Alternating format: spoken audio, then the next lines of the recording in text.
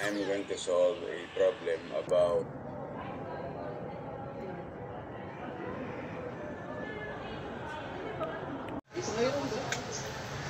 Unsa man ni gablong bagsag na talag pajud kayo.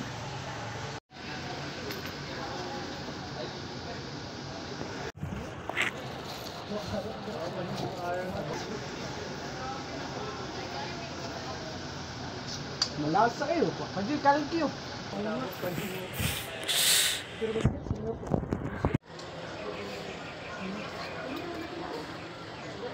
Tag-iyani ba? Ah, is VPAM. Basin si is VPAM.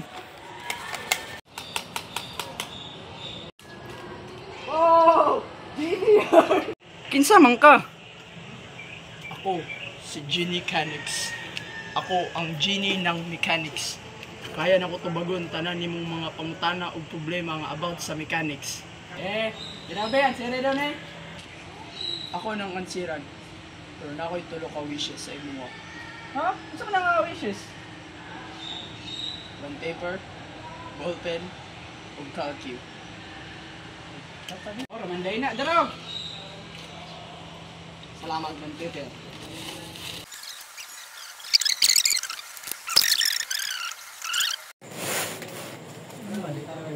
Wow, spasa ni, kinsa man ini mo? Siyempre, ako na dyan na.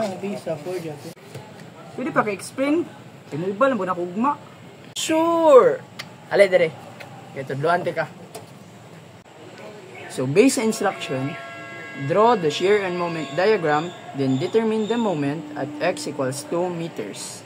So first, kailangan na to mag-moment at A para ma-solve na to ang reaction at B.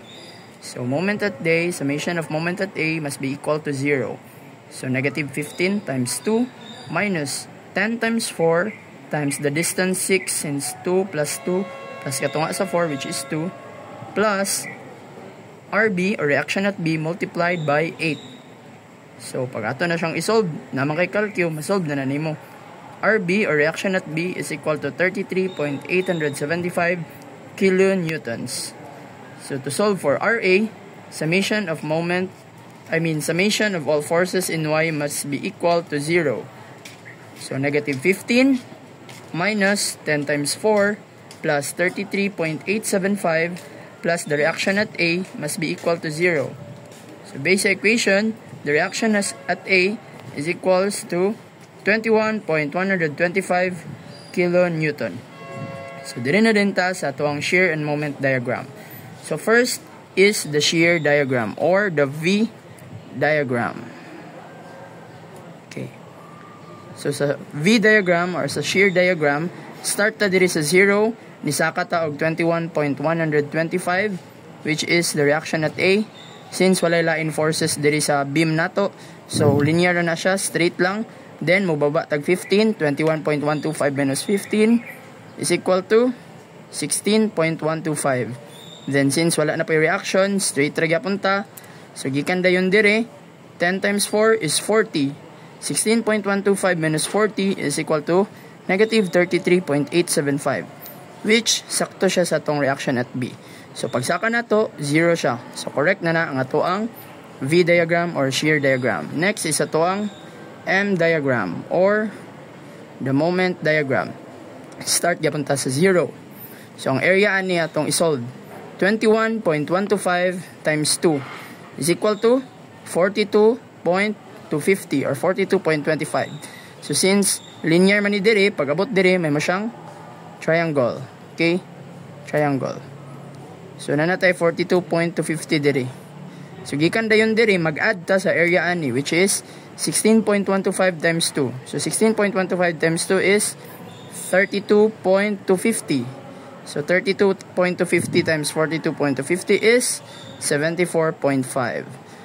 So 74.5 plus dayon nato ang area ani and isubtract na to ang area ani 1.6 ang atong na-solve niya value sa x, ang distance diri simply by the Cerneri technique. Kung kaila ka ni Cerneri, man ni siya 16.125 man ni, i-divide na nato na siya by 10. So 1.6125 or 1.6. Kung ato pang ipasolve ang highest moment na siya diri.